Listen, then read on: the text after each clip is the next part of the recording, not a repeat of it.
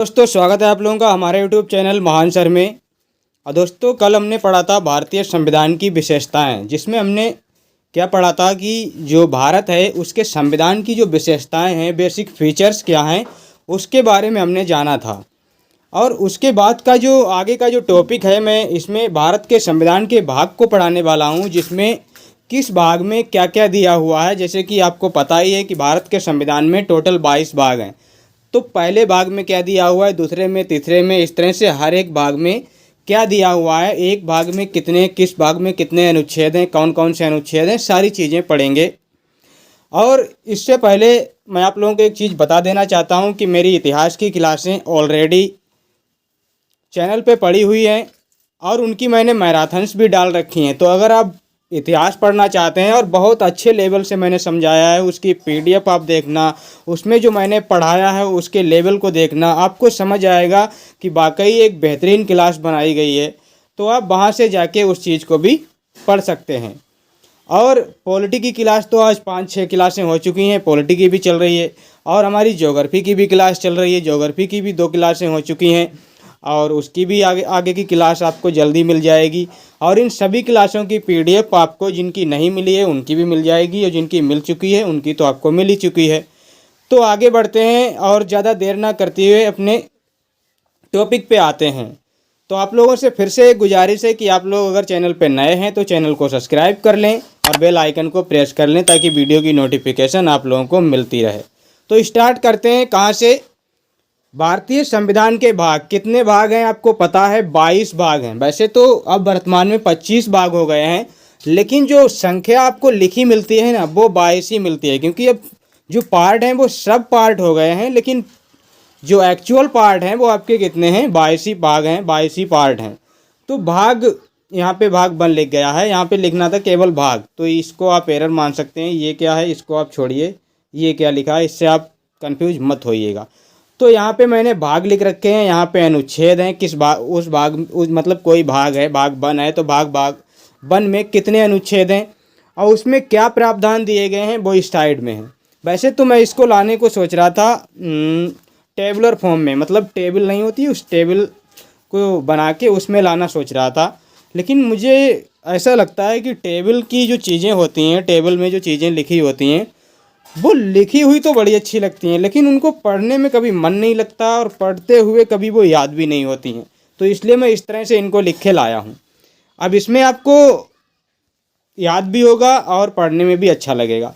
तो भाग वन में क्या दिया हुआ है, देखिए पार्ट वन को हम समझते हैं। पार्ट वन में क्या है, 1 से लेके 4 अनुच्छेद की बात की गई है। और इसमें क्या दिया गया है, पार्ट वन में संघ और उसका राज्य क्षेत्र और उसकी सीमाओं के बारे में बात की गई है।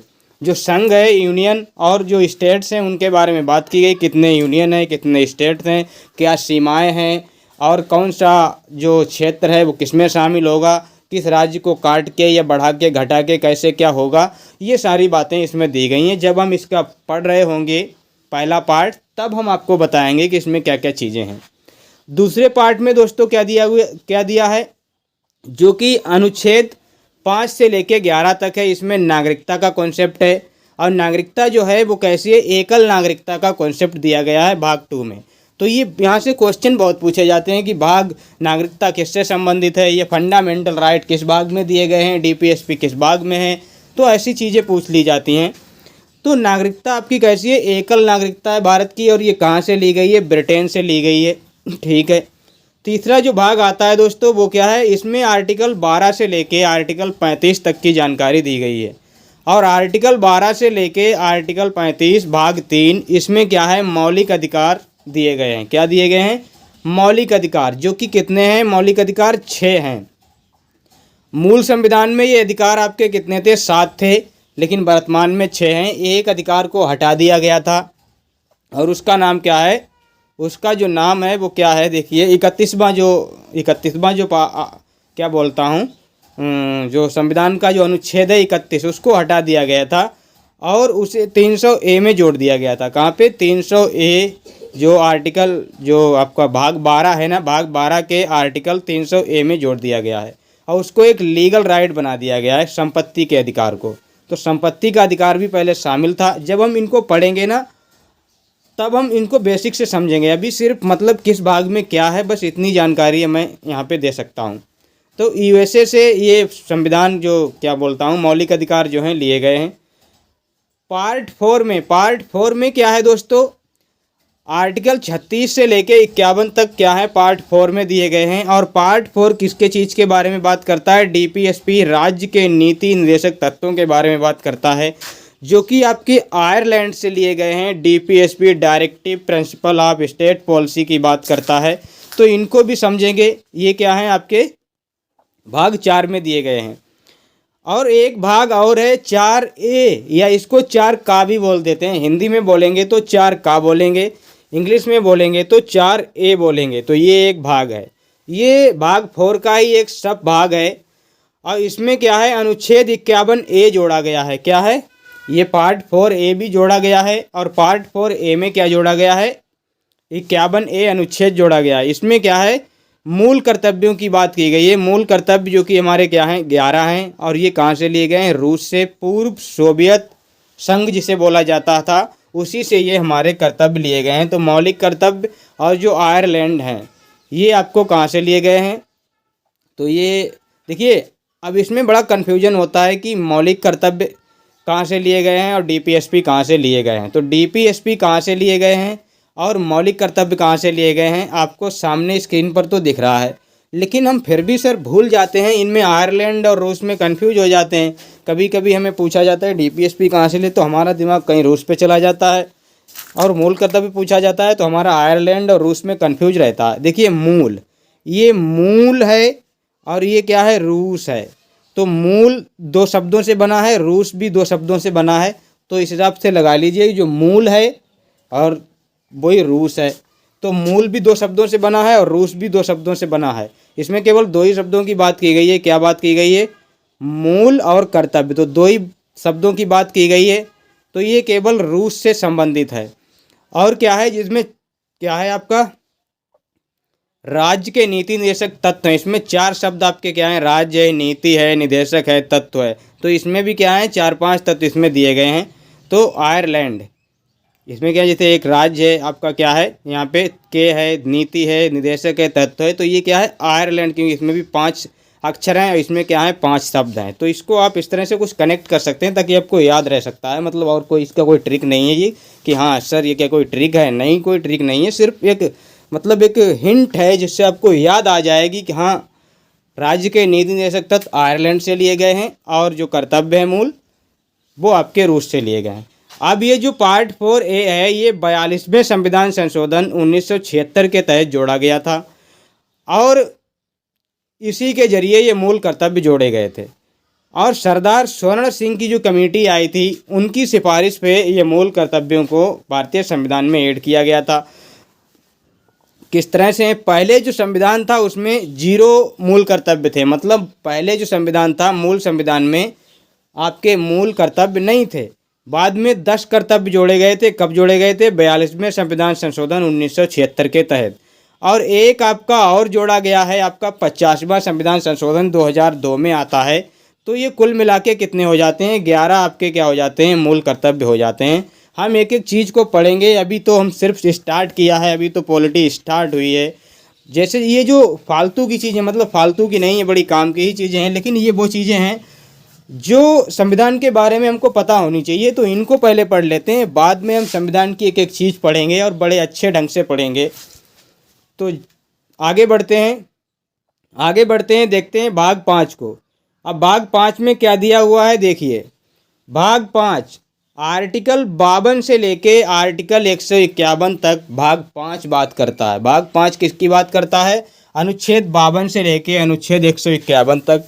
और इसमें जो दिया गया है संघ सरकार के बारे में जानकारी दी गई। जो केंद्र की सरकार होती है, जो यूनियन गवर्नमेंट होती है, उसकी जानकारी इसमें मिलती है। संघ सरकार के बारे में सारी चीज़ें मिल जाएंगी आपकी। क्या है, संसद है, कार्यपालिका, प्रेसिडेंट, सब कुछ आपका, सांसद फांसद सब यहीं पे दिए गए हैं। और आर्टिकल 52 से लेके 78 तक कार्यपालिका के बारे में जिक्र किया गया है। किस प्रकार की कार्यपालिका, जो आपकी संघ सरकार की कार्यपालिका है उसके बारे में बात की गई है। और 79 से लेके 122 तक संसद के बारे में बात की गई है। संसद जिसका जिक्र आपको 79 जो संविधान का आर्टिकल है 79 उसमें आपका जिक्र मिलता है। लोकसभा, राज्यसभा और प्रेसिडेंट से मिलके ये आपकी क्या बनती है, संसद बनती है। तो ये विधायिका होती है, एक तरीके की कानून बनाने वाली बॉडी है संसद, पार्लियामेंट। तो इसकी जानकारी 79 से 122 तक मिलती है। आर्टिकल जो 23 है ये राष्ट्रपति की विधायी शक्ति के बारे में बात करता है। जो राष्ट्रपति के पास एक पावर होती है अध्यादेश जारी करने की, किसी भी टाइम वो चाहे तो एक रूल बना सकता है, अध्यादेश ला सकता है। और ये कब ला सकता है, उसकी कुछ कंडीशंस होती हैं तभी वो लाता है। इसके बारे में हम जब पढ़ेंगे तब पढ़ेंगे। और आर्टिकल 124 से लेकर 47 तक संघ की न्यायपालिका के बारे में बात की गई है। जो जुडिशरी है, जो सुप्रीम कोर्ट है, उसके बारे में बात की गई है। आपकी जो संघ की न्यायपालिका, केंद्र की जो न्यायपालिका है, वैसे तो हमारी न्यायपालिका केंद्रीय ही है, एकीकृत ही न्यायपालिका है, लेकिन जो संघीय न्यायपालिका मतलब ये जो सुप्रीम कोर्ट की बात की गई है वो 100 कहाँ से की गई है, 24 से लेके 147 तक बात की गई है।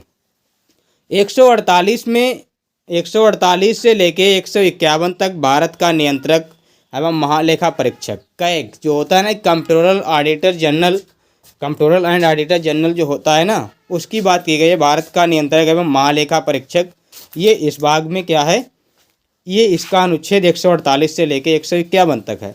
आपसे पूछ लिया जाता है कि 148 में क्या दिया गया है, तो ये सारी चीज़ें आपको किस पार्ट में कौन सा अनुच्छेद पड़ता है, तो ये सारी चीज़ें पता होनी चाहिए। अब इसके बाद आता है भाग 6।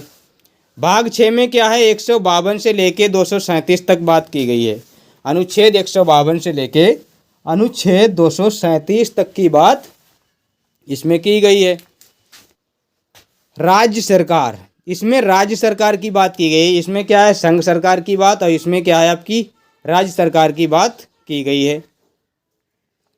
अब इसमें भी क्या है, जैसे कि 152 जो आर्टिकल है इसमें तो साधारण बातें सिर्फ लिखी हुई हैं, लेकिन जो 153 से लेके 167 तक है इसमें क्या है, कार्यपालिका दी गई है। काय की कार्यपालिका, इसमें राज्य की कार्यपालिका। और 168 से लेके 212 तक क्या है, विधानमंडल दिया गया है, राज्य का विधानमंडल, जो राज्य के लिए क्या कानून बनाने की, जो विधि बनाने की जो एक प्रक्रिया होती है वो विधानमंडल से बनती है। तो ये राज्य की विधानमंडल है। और 213 में क्या है, जैसे 123 में क्या है, राष्ट्रपति की शक्ति थी अध्यादेश जारी करने की, वैसे ही आपके क्या है 213 में राज्यपाल की विधायी शक्ति के बारे में बात की गई है। तो ये बात आपको पता होनी चाहिए। आगे बढ़ते हैं और आगे देखते हैं अभी। और इसमें है जो भाग 6 है, इसमें अभी क्या है 214 से लेके 232 तक क्या है, उच्च न्यायालय की बात की गई है।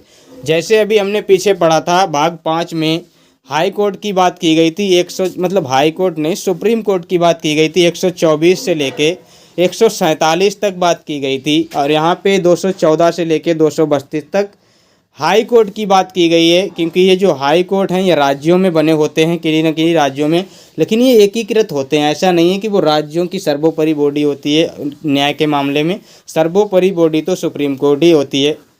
और आर्टिकल 233 से लेके 237 तक जो अधीनस्थ न्यायालय हैं उनके बारे में बात की गई है। अब भाग 7 को पढ़ते हैं। भाग 7 में क्या है, 238 आर्टिकल 238 दिया गया है। और आर्टिकल 238 यानी ये भाग 7 जो है इसको हटा दिया गया है। हटा दिया गया, कब हटा दिया गया था, 7वां संविधान संशोधन 1956 के तहत इस भाग को ही ख़त्म कर दिया गया था। किसको, जो भाग आपका 7 है ना, इसको ही डिलीट कर दिया गया था, पूरे के पूरे भाग को ही डिलीट कर दिया गया। तो आर्टिकल 38 भी उसमें क्या हुआ था, डिलीट हो गया था। अब भाग 8, भाग जो 8 है, आर्टिकल 239 से लेके आर्टिकल 242 तक, भाग 8 किसके बारे में बात करता है, आर्टिकल 239 से लेके आर्टिकल 242 तक, यानी कि आपके कितने भाग हैं इसमें कितने अनुच्छेद हैं, 4 अनुच्छेदों के बारे में बात की गई है। और इसमें जो बात है वो संघ राज्य क्षेत्र कौन से होते हैं, जो केंद्र शासित जो प्रदेश होते हैं, जो यूनियन टेरिटरीज होती हैं, उनसे संबंधित इसमें बातें की गई हैं। 239 में यूनियन टेरिटरी के बारे में बात की गई है, इनसे संबंधित कुछ प्रावधान बनाए गए हैं, तो वो इसमें रखे हैं। भाग 9 जो है, 9 आपका क्या है, 243 से लेके 243 ओ तक इसमें दिया गया है। कितने अनुच्छेद हैं? 243 से लेके 243 ओ। और इसमें पंचायतों की बात की गई है। पंचायत बोले तो पंचायत क्या होता है? ये आपकी क्या है, लोकल गवर्नमेंट होती हैं। सेल्फ जो लोकल गवर्नमेंट होती है ना, जैसे प्रधानी के इलेक्शंस होते हैं, ये पंचायत के इलेक्शंस जो होते हैं, ये प्रधानी के इलेक्शन या पंचायत के इलेक्शन एक ही चीज़ होती है। लेकिन पंचायत में आपकी तीन चीज़ें आ जाती हैं। एक तो आपकी ग्राम पंचायत जिसमें प्रधानी के इलेक्शन होते हैं, ब्लॉक पंचायत जिसमें ब्लॉक प्रमुख बनता है, जिला पंचायत जिसमें जिला पंचायत जो अध्यक्ष होता है वो होता है। तो ये पंचायती चुनाव होते हैं और ये किस में दिए हैं? भाग 9 में दिए हैं। कैसे याद रखना है? देखिए, पंचायत अगर आप इंग्लिश में लिखते हैं, हिंदी की तो अलग बात है, पंचायत अगर आप इंग्लिश में लिखते हैं तो इसमें 9 कैरेक्टर आपके इस्तेमाल होते हैं, PANCHAYAT पंचायत। तो ये भाग 9 में दी गई है। इस तरह से आप याद रख सकते हैं इसको, ठीक है। और भाग 9A इसको जोड़ा गया था। इसको क्या किया गया था? जोड़ा गया था। और ये जो भाग 9A जोड़ा गया है, इसमें क्या हुआ है? देखिए, 243 से लेके 243 पी से लेके, यहाँ पे क्या लिखा है? 243 पी से लेके 243 जेड जी तक नगर पालिकाओं की बात की गई। जैसे ये ग्रामीण स्तर पे क्या है आपकी, ऐसे ये क्या है, शहरी स्तर पे है नगर पालिकाएं। नगर पालिकाओं में क्या होता है? नगर पंचायत होती है, नगर निगम होता है, नगर पालिका होती है। तो नगर पालिका में क्या है? नगर पंचायत होती है, नगर पालिका परिषद होती है, और आपकी क्या होती है? नगर निगम होता है। तो ये 3 चीज़ें होती हैं, जिसमें इसमें ये क्या है? त्रिस्तरीय बात की है। हमारी जो पंचायती राज व्यवस्था है वो कैसी है? त्रिस्तरीय पंचायती राज व्यवस्था है। आगे पढ़ेंगे, सारी चीज़ों को पढ़ेंगे, एक एक चीज़ को पढ़ेंगे। फिलहाल तो अभी सिर्फ पार्ट पढ़ रहे हैं। और जो 9B है पार्ट आपका, इसमें क्या है? 243 ZH से लेके 243 ZT तक की जानकारी दी गई है। अनुच्छेद इसमें कितने हैं? 243 जेड से। देखिए कैसे आपको अनुच्छेद याद करना है। यहाँ से क्या है? 243 पी जो है, पहले यहाँ से देखिए, 243 से लेके 243 ओ तक हो गए। ओ से लेके फिर क्या हो गए? पी तक। ओ तक हो गए। अब पी से स्टार्ट होंगे, तो पी से जो चले जेड तक चले होंगे। और फिर जेड से क्या होगा? जेड ए आया होगा, Z B, Z C, Z D, Z E, Z F, ऐसे जेड जी तक ये चलता है। फिर जेड एच आता है, आर्टिकल 243 जेड एच, और जेड एच से लेके फिर जेड टी तक जाता है। तो ये इस तरह से आर्टिकल हैं। आपको जो मैं पढ़ाऊँगा तो समझाऊँगा। अभी फ़िलहाल इतनी जानकारी आपके लिए सफिशेंट है। और इसमें क्या है? सहकारी समितियों की बात की गई है। सहकारी समितियों, और जो कि 57वां अनुच्छेद जो है, 57वां संविधान संशोधन क्या है, 97 अमेंडमेंट एक्ट 2011 में जो आया था, उसके तहत ये सहकारी समितियां जोड़ी गई थी। कोऑपरेटिव सोसाइटी इसमें जोड़ी गई थी। और जो पार्ट आपका क्या है, 10 है, ये किसके बारे में बात करता है? पार्ट 10 244 से लेके 244A, इसमें अनुच्छेद शामिल हैं। इसमें अनुसूचित और जनजातीय क्षेत्र जो हैं, जो शेड्यूल्ड एंड ट्राइबल एरियाज, इसमें ऐसा नहीं है अनुसूचित जाति और जनजाति के बारे में कुछ उपबंध है। अनुसूचित जाति, जो अनुसूचित एरिया है ना, कुछ जैसे आपने कोई एरिया अपना क्या कर लिया, शेड्यूल कर दिया है, ये एरिया, जैसे कि ये मतलब एक लिस्ट बना दी एरिया की, तो उसमें अनुसूचित वाले जो एरिया हैं और जनजातीय जो क्षेत्र हैं उनकी बात की गई है। आगे बढ़ते हैं, भाग 11 की तरफ बढ़ते हैं। और भाग 11 में देखिए क्या दिया हुआ है। भाग 11 में आपका क्या है? भाग 11 में आपका क्या है? 245 से लेके, भाग 11 किसके बारे में बोलता है? भाग 11 में 245 से लेके 263 तक के अनुच्छेद दिए गए हैं। अनुच्छेद 245 से 263। और ये किसके बारे में बात करता है? ये बात करता है संघ और राज्य के संबंध के बारे में। जो स्टेट है और जो आपकी यूनियन गवर्नमेंट है, उसके बीच में जो रिलेशंस हैं, वो अपने आप को जो किस तरह से एक दूसरे से जकड़े हुए हैं, या एक दूसरे से उनके किस प्रकार के संबंध हैं, उनके बारे में बात की गई है। और ये भी बात आपकी 245 से लेके 255 तक की है, वो उसमें विधायी संबंधों की बात की गई है, कानून बनाने को लेकर बात की गई है। क्या जिस विषय पे विधायिका मतलब राज्य की विधायिका कानून बना सकती है, उस पर संसद का क्या मतलब कमेंट रहेगा, या संसद उस पर क्या बोल सकती है, क्या नहीं बोल सकती है, या जो संसद ने बनाया उसमें राज्य का क्या होना चाहिए, या राज्य उसमें अपने हक की बात कर सकता है। 245 से फिर यहाँ पे 255 होना चाहिए था, ये वाला 255 होना चाहिए था। यहाँ पे क्या है 255 से लेके 263 तक प्रशासनिक उपबंध की बात की गई है। यहाँ पे जो 245 हैं इनको 255 मानिएगा। मैं PDF में सेट करके सही करके फिर से अपलोड कर दूंगा, उसको सही से अपलोड कर दूंगा। और भाग 12 क्या बोलता है? भाग 12 में 264 से लेके 300A तक की बात की गई है। कितने की? 300A तक की। और इसमें क्या है? वित्त है, संपत्ति है, संविदाएं हैं और बाद हैं, इनकी बात की गई है। फाइनेंस, प्रॉपर्टी, कॉन्ट्रैक्ट्स, स्वीट्स, इनकी बात की गई है। अब इसमें देखिए क्या क्या चीज़ें हैं। देखिए यहाँ पे आप लोगों को दिखाता हूँ। अनुच्छेद 264 से लेके 291 तक वित्त की बात की गई है, फाइनेंस की बात की गई है। किसकी बात की गई है? फाइनेंस। तो वित्त मंत्रालय, जो वित्त आपका क्या बोलता हूँ वित्त आयोग है, वो जिससे कि 280 आर्टिकल में आता है आपका वित्त आयोग।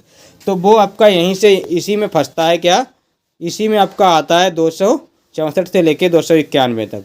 और 292 से लेके 293 तक ये क्या है? इसमें ऋण, जो बारोइंग्स होती है, जो सरकारें गवर्नमेंट जो ऋण लेती हैं उसके बारे में बात होती है। और 294 से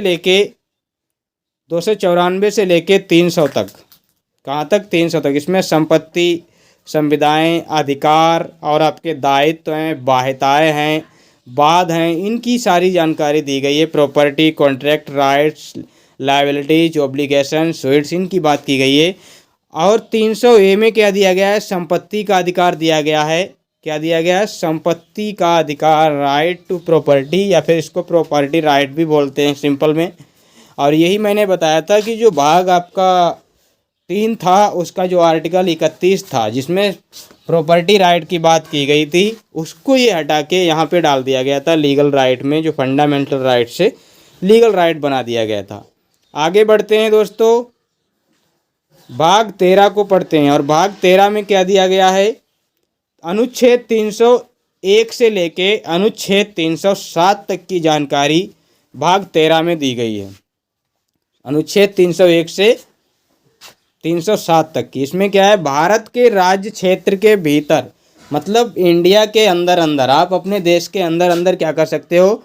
व्यापार, वाणिज्य एवं समागम, इनके बारे में बात की गई है। इनकी सारी जो भी इनसे रिलेटेड जो भी आपकी क्वेरीज हैं या जो भी इसके प्रावधान हैं, सारे कुछ इसमें दिए गए हैं 301 से लेकर 307 तक। और अनुच्छेद 308 जो कि भाग 14 में आते हैं, भाग 14 जो कि अनुच्छेद 308 से लेके 315 तक की बात करता है। इसमें आपकी जो क्या है, इसमें क्या क्या चीज़ें आती हैं उनके बारे में आप जान लीजिए। इसमें संघ और राज्यों के अधीन सेवाएं होती हैं, जो IAS PCS की जो सर्विसेज हैं वो आपकी पार्ट 14 में दी गई हैं। आपसे ये बहुत क्वेश्चन पूछा जाता है कि पार्ट 14 में किसकी बात की गई है, या जो संघ लोक सेवाएं हैं वो किस पार्ट में हैं? तो भाग 14 में हैं और आर्टिकल उनके ये आपके दिए गए हैं। अब जो आर्टिकल 308 से 314 तक हैं, इसमें सेवाएं दी गई हैं, सर्विसेज दी गई हैं। और जो 315 है, 315 से लेके 323 तक, इसमें लोक सेवाएं दी गई हैं। लोक सेवा जो होती है ना, उसके बारे में बात की गई, पब्लिक सर्विसेज की बात की गई है। जैसे कि UPSC की बात की गई है, वो इसी में की गई है। अब इसके बाद एक पार्ट और आता है, जो पार्ट 14 का एक सब पार्ट है, जिसको पार्ट 14A बोला जाता है, 14A बोला जाता है। इसमें क्या है? आर्टिकल 323A से लेके आर्टिकल 323B की बात की गई है। और इसमें अधिकरण की बात की गई है। अधिकरण ये क्या होते हैं? ट्रिब्यूनल्स क्या होते हैं? ये एक तरीके के न्यायालय ही होते हैं। इनको भी एक तरीके के, इनको न्यायिक पावर होती है, लेकिन क्या होती है जानेंगे। फिलहाल अभी आप इतनी समझिए कि इनको भी एक तरीके का न्याय करने का अधिकार होता है। और पार्ट जो 15 है ना, उसमें आपकी इलेक्शंस की बात की गई है। किसकी बात की गई है? इलेक्शंस की। 15 में जो भाग 15 है, उसमें क्या है? इलेक्शन की बात की गई है, इलेक्शन कमीशन की बात की गई है, निर्वाचन के बारे में बात मिलती है। और इससे निर्वाचन क्या है? 324 से लेके 329A तक दिया गया है। निर्वाचन कहाँ से कहाँ तक है? 324 से लेके 329A तक दिया गया है। उसके बाद क्या है? पार्ट 16 आता है, 16, जिसमें 330 से लेके 330 से लेके आपका 342 तक की बात की गई। इसमें क्या दिया गया है, जो SC ST OBC होते हैं, एंग्लो इंडियन होते हैं, इनके बारे में क्या है, कुछ विशेष प्रावधान है। मतलब कुछ वर्गों के संबंध में विशेष प्रावधान, SC ST OBC इनके बारे में कुछ मतलब विशेष बातें लिखी गई हैं। एंग्लो इंडियन के बारे में विशेष बातें हैं, कुछ उनके लिए होता ही नहीं, मतलब कुछ अलग से कुछ प्रावधान कर दिए गए हैं, तो वो चीज़ें इसमें हैं। आगे बढ़ते हैं। भाग आपका 17, भाग 17 में क्या दिया गया है, इसमें क्या है, आर्टिकल 343 से लेके आर्टिकल 351, जिसमें राजभाषा की बात की गई है। किसकी, राजभाषा। राजभाषा क्या होती है दोस्तों, राजभाषा, इसे राज्यभाषा नहीं है, क्या है, राज्यभाषा नहीं है, क्या है, राजभाषा। राजभाषा बोले तो ऑफिशियल लैंग्वेज, जो राज्य की भाषा होती है, राज की मतलब जो राज्य अपनी जिस भाषा में कामकाज करता है वो भाषा, तो इसमें ये बात की गई है। अब इसमें भी क्या है, 343 से लेके 344 जो आर्टिकल है वो संघ की भाषा की बात करता है। जो यूनियन गवर्नमेंट है, जो यूनियन आपकी सरकार है, उसकी भाषा क्या होगी उसके बारे में बात करता है। और जो 345 से लेके 47 तक है, ये प्रादेशिक भाषा, जो राज्यों की जो भाषाएं होती हैं उनकी बात करता है, रीजनल लैंग्वेज में बात करता है कि वो अपनी किस भाषा में अपना प्रशासन या जो भी है चलाएंगे, तो उनकी बात है। और 348 से लेके 349 तक जो है वो सर्वोच्च न्यायालय और हाई कोर्ट, जो कि आपका उच्च न्यायालय है, इनकी भाषा की बात की गई है। सुप्रीम कोर्ट और हाई कोर्ट की भाषा जो है वो आपकी 348 से लेके 49 अनुच्छेद में दी गई है। और 350 से लेके 51 तक कुछ विशेष उपबंध दिए गए हैं, स्पेशल डायरेक्टिव दिए गए हैं, उपबंध या निर्देश आप कुछ भी मान लीजिए, कुछ विशेष बातें की गई हैं इसमें। आर्टिकल भाग जो 18 है इसके बारे में जानने की कोशिश करते हैं। भाग 18 में क्या है, आर्टिकल 352 से लेके आर्टिकल 360 तक की जानकारी आपको इसमें मिल जाती है, 352 से लेके 360 तक की। और इसमें क्या दिया गया है, इमरजेंसी प्रोविजंस दिए गए हैं। तो 18 में क्या है, आपको क्या है, उपबंध दिए गए हैं और इमरजेंसी। कैसे याद रखेंगे इस 18 को, 18 में क्या है आपका उपबंध, 18 साल के जब आप होते हैं तो फिर क्या होता है, आप पे आपातकालीन जो चीज़ें होती हैं होने लगती हैं, आपातकालीन घटनाएं घटने लगती हैं। और या फिर ये जो इमरजेंसी है, ये प्रोविजंस हैं, इनके जो आप इसमें जो लेटर्स हैं वो गिन लीजिए, बस इस लेटर को छोड़ दीजिए। जो आपका प्रोविजंस में यस लगा हुआ है ना लास्ट में, इस यस को छोड़ दीजिए, बाकी आप इनके लेटर गिन लीजिए। इतने ही लेटर बैठेंगे आपके भाग 18 में, 18 लेटर आपके बैठेंगे। तो आपात उपबंध आपके भाग 18 में दिए गए हैं, 352 से लेके 360 आर्टिकल तक दिया गया है। उसके बाद जो भाग आता है वो 19 आता है, और इसमें आर्टिकल 361 से लेके 367 तक की बात की गई है। और इसमें क्या है, प्रकीर्णन की बात की गई है। प्रकीर्णन की बात क्या है, इसमें मिसलेनियस चीज़ें दी गई हैं। इसमें मतलब बहुत सी चीज़ें शामिल की दी गई हैं, जो मतलब होती हैं ना, कुछ ऐसी चीज़ें जैसे किसी भी एक उसमें दायरे में नहीं रखा गया होता है, उससे क्या कर दिया गया है, उसमें मिक्स जो होती हैं, कोई मतलब ये भी, जैसे आप कोई रफ कॉपी नहीं बना लेते हो तो उसमें मैथ भी आपका, ये भी वो भी सब। तो इसमें क्या है, मिसलेनियस बातें की गई हैं। किसमें, इसमें आपकी मिसलेनियस बातें की गई हैं, मिसलेनियस मिक्स है इसमें बहुत सी, कहीं इधर कहीं विधायिका की बात है तो कहीं किसी की बात, कहीं न्यायपालिका, कहीं किसी की, मतलब इसमें क्या है, मिक्स बातें हैं। और आर्टिकल जो 20 है, ये आर्टिकल 20 बोलता हूँ मैं, जो पार्ट आपका क्या है 20 है, जो पार्ट आपका 20 है, इसमें क्या दिया गया है, आर्टिकल 368। और ये आर्टिकल 368 क्या करता है, संविधान को संशोधन करने का अधिकार रखता है। संविधान में कोई भी संशोधन होता है तो वो 368 के तहत ही होता है। तो अमेंडमेंट ऑफ द कॉन्स्टिट्यूशन किस में दिया गया, संविधान संशोधन 368 में दिया गया है।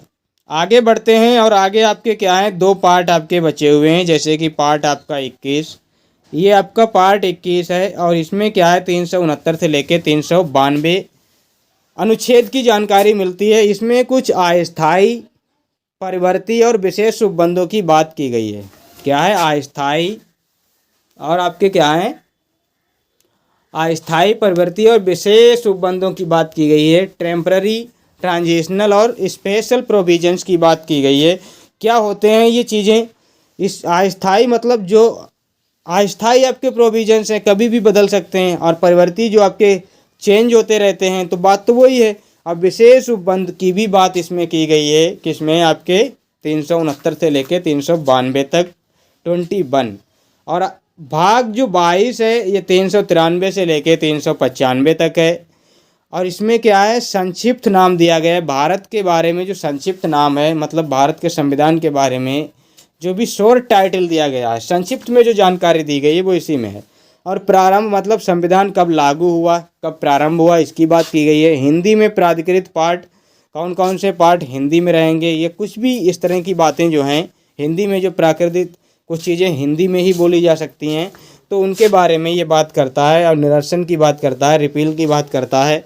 अब क्वेश्चन जैसे कैसे आता है, जैसे अनुच्छेद 392 में क्या है, 92 में क्या है, अस्थायी परिवर्ती और विशेष उपबंध जो बात की गई है उसमें एक बात दी गई है 92 में, राष्ट्रपति को कठिनाई दूर करने का अधिकार दिया गया है। इसमें जो राष्ट्रपति है वो किसी भी कठिनाई को दूर कर सकता है। अभी किसी भी कठिनाई को मतलब ये नहीं है किसी को रोजगार नहीं मिल रहा है तो उसको रोजगार दे, ऐसा नहीं है। ये जो संवैधानिक आपका एक तरीके से गतिरोध हो जाए, संवैधानिक आपका क्या हो जाए, कोई भी कठिनाई आ जाए तो उसको दूर करने का अधिकार किसको है, राष्ट्रपति को है। कोई बिल पास नहीं हो रहा है या कुछ भी इस तरह की जो होती हैं ना चीज़ें, मतलब तो ये किसके पास है, राष्ट्रपति। और 394 में क्या है, संविधान लागू होने की तिथि, यहाँ पे क्या है 393 से 95 तक है तो इसमें प्रारंभ लिखा है। तो इसमें क्या है, संविधान लागू होने की तिथि यानी 26 नवंबर 1950 की बात की गई है इसमें। और 26 नवंबर नहीं, 26 जनवरी 1950 की बात की गई है। तो ये 394 में दी गई है ये जानकारी।